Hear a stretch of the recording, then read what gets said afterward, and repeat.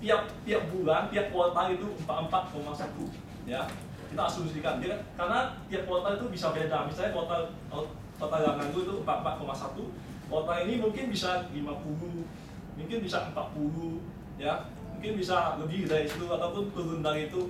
Tapi kita asumsikan 1 tahun itu 44,1 ya, tiap kuartal itu 44,1 ya. Oke, karena kita nggak tahu masa depan. Oke, katanya tahu masa depan, kasih tahu saya. Oke, jadi kita asumsikan Adaro itu PER-nya 7,4 ya, 7,4.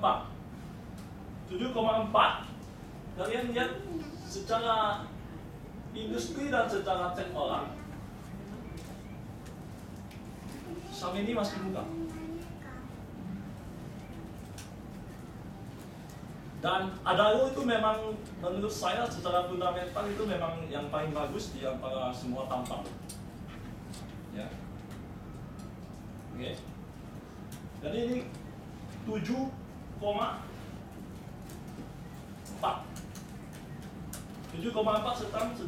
sedangkan secara industri artinya secara keseluruhan, bukan hanya perusahaan TBK saja, tapi perusahaan yang PT, yang biasa-biasa juga termasuk di dalamnya. Itu 11,84. Kok secara TBK saja itu lihat sektornya itu 15,48. Setelah TBK itu ya temannya Adaro, Harum, PBA. Oke, semuanya dikatakan dapat 15,48. Sedangkan Adaro itu untuk kuartal pertama itu 7,4. Jika harganya 7,4 PER-nya, kita mau tahu harga wajarnya, kita ambil yang konservatif saja, industri PER. Ya, sektor PER kan lebih tinggi. Kita ambil yang rendah saja, ya, 11,84. Oke, 11,84 itu harga market value-nya berapa? Kalau misalnya Adaro itu PER-nya disesuaikan dengan industri 11,84, itu harganya berapa? Gitu. Ya, bisa mengerti ya. Oke, ya, kalau misalnya Adaro itu sekarang kan kita kalkulasikan 7,4. Sedangkan kalau secara industri kan 11,84. Kalau 11,84 itu harga pasarnya berapa? Jadi kita tahu ini, kita tahu PER-nya itu 11,84. EPS-nya kita tahu 44,1 dari sini ya.